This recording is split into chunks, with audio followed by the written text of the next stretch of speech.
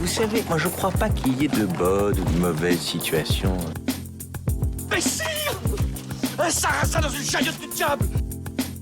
I'll be back. Un gosse qui est né dans une étable à Bethléem, franchement. Tu crois que ça va changer la face du monde, quoi? Bienvenue dans ce nouveau numéro de votre rendez-vous hebdomadaire consacré au cinéma. C'est l'Instant Ciné et comme chaque semaine, on se retrouve pour parler de toute l'actu ciné avec 5 infos que j'ai soigneusement sélectionnées pour vous. Et en seconde partie d'émission, je reviendrai sur un film à aller découvrir en ce moment dans les salles de cinéma. Alors sans plus attendre, c'est parti pour les actus. Notre première info nous vient de The Warp et le site américain nous donne de plus amples informations sur le futur projet Sony Marvel. Toujours dans l'univers Spider-Man, Sony est en train de développer un film El Muerto sur un personnage tertiaire, voire même sur un tout petit personnage des bandes dessinées Marvel, un catcheur mexicain. Et alors que l'on avait appris il y a quelques mois que ça serait le chanteur Bad Bunny qui incarnerait le personnage, nous avons appris il y a quelques jours que ça serait Jonas Cuarón, le fils d'Alfonso Cuarón, qui réalisera donc El Muerto pour Sony et Marvel. Toujours dans les actualités, on a des nouvelles de Tom Cruise qui ne cessent de nous étonner puisque, on le sait depuis un petit moment, Tom Cruise prépare un voyage dans l'espace où il s'apprête à tourner le premier film de fiction 100% dans l'espace. Eh bien, Tom Cruise sera en fait le premier homme de la société civile à effectuer une sortie extravéhiculaire dans l'espace pour les besoins justement de ce film, un film qui sera réalisé pour Doug Liman avec qui il avait déjà travaillé lors de Edge of Tomorrow. Donc Tom Cruise va se balader tranquillement dans sa tenue de cosmonaute dans l'espace, le petit chanceux ou pas, tout dépend le point de vue, en tout cas il ne cesse de nous surprendre le petit homme.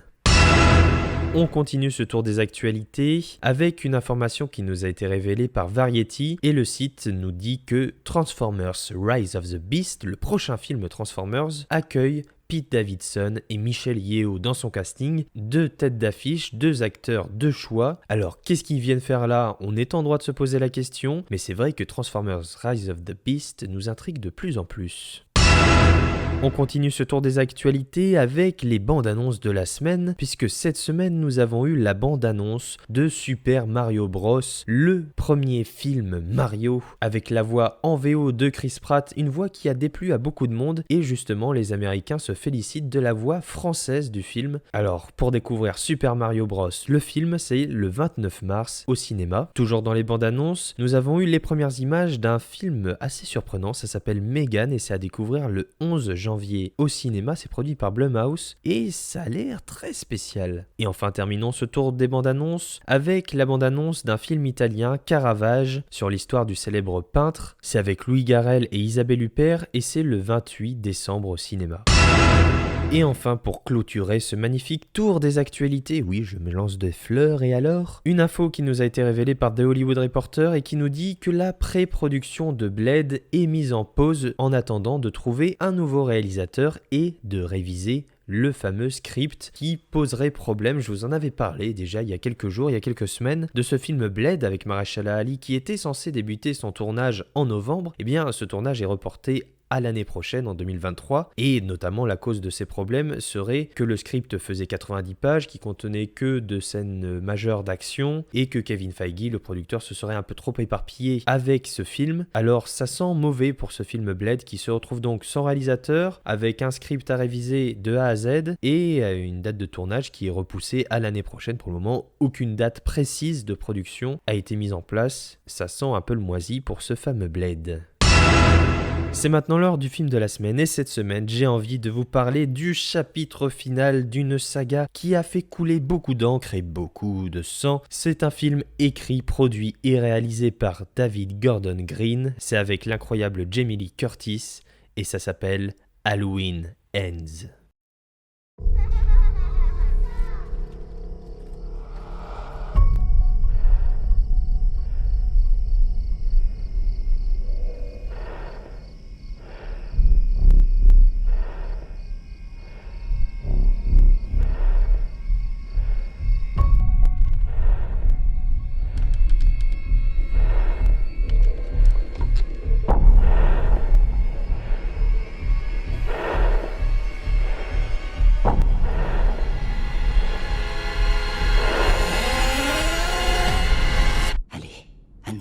Halloween Ends, ou le pari risqué de clôturer une saga qui, elle aussi, a été très risquée. Une saga qui a débuté il y a un peu plus de 40 ans au cinéma, sous l'impulsion de John Carpenter, qui a donné vie aux personnages de Laurie Strode et Michael Myers, et qui en a marqué plus d'un, et qui continue encore aujourd'hui à marquer les plus jeunes qui découvrent ce film, moi y compris. Alors pour faire un petit résumé de cette saga, puisque ce fameux Halloween Ends, comme je l'ai dit, clôture toute cette histoire, tous ces films, il faut d'abord dire que la saga Halloween est un terrain semé d'embûches, puisque la saga est partie dans tous les sens avec la suite au film original, ou plutôt les suites. Il y a également eu des remakes, je pense par exemple au diptyque de Rob Zombie qui s'est attaqué au fameux Michael Myers. Et il se trouve qu'en 2018, Jamie Lee Curtis herself ainsi que John Carpenter et David Gordon Green se sont dit, tiens, est-ce que pour fêter l'anniversaire du film original, on redonnerait pas vie correctement à The Shape, à Michael Myers sur grand écran et à Laurie Strode par la même occasion. Eh bien, ils l'ont fait. En 2018, David Gordon Green signe le retour de Halloween au cinéma avec un postulat assez simple mais en même temps quelque peu risqué,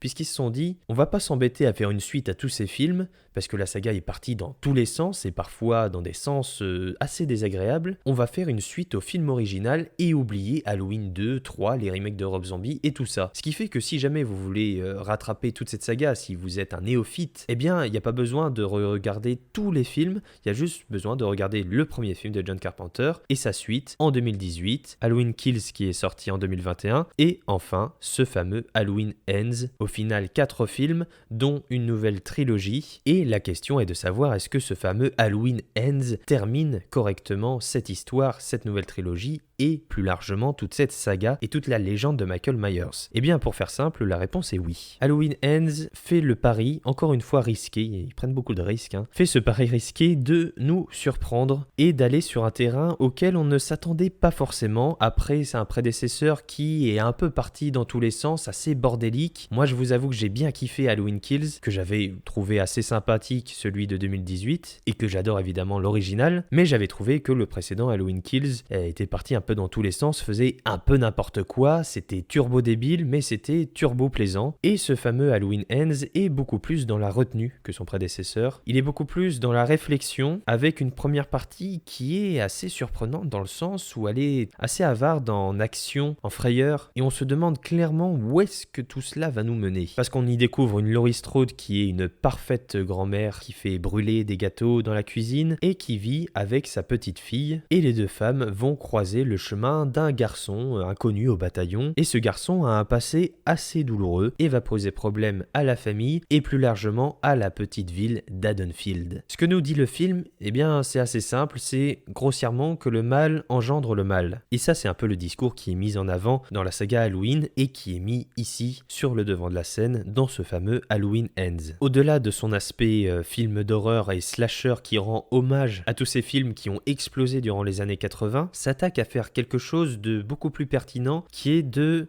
questionner l'identité du mal et également, plus précisément ici, de questionner qui est Michael Myers et de le mettre véritablement en difficulté.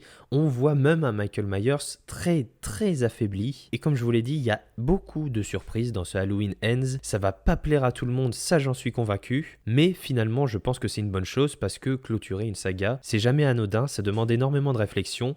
Ici on sent qu'il y a de la réflexion, David Gordon Green a bien réfléchi à son propos et a trouvé un moyen assez habile de mettre fin à cette histoire, à la fois celle du terrible Michael Myers et de Jamie Lee Curtis en Laurie Strode. Jamie Lee Curtis qui, on ne cessera jamais de le rappeler, est une personne incroyable, une actrice fantastique. J'ai énormément de respect pour cette femme, pour ce qu'elle est, pour son travail et pour les combats qu'elle mène. Alors rien que pour ça, et parce que c'est la saison d'Halloween et parce qu'on aime se faire peur, même si celui-ci est plutôt sympa au niveau de la turbine à viande et dans les jumpscares, je vous recommande cette semaine d'aller découvrir et d'aller frissonner dans les salles obscures devant Halloween Ends.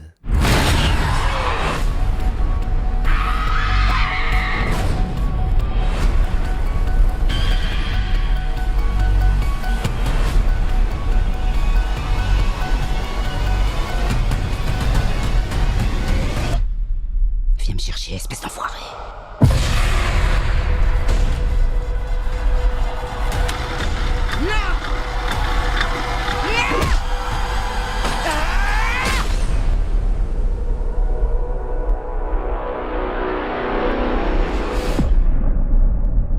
Voilà, c'est tout pour cette semaine, je vous remercie d'avoir écouté cette émission. Vous pouvez bien évidemment vous abonner pour avoir directement chaque émission dès leur sortie. Vous pouvez également me suivre sur Twitter et Instagram pour être au courant des dernières actus cinématographiques à la mode. Comme d'habitude, je mets les liens en description. Voilà, je vous souhaite une bonne fin de semaine, un bon week-end. On se retrouve la semaine prochaine pour un nouveau numéro de l'Instant Ciné, plein de cinéma et plein d'actualités. Alors, à la semaine prochaine. Ça dépasse tout ce que j'ai pu imaginer.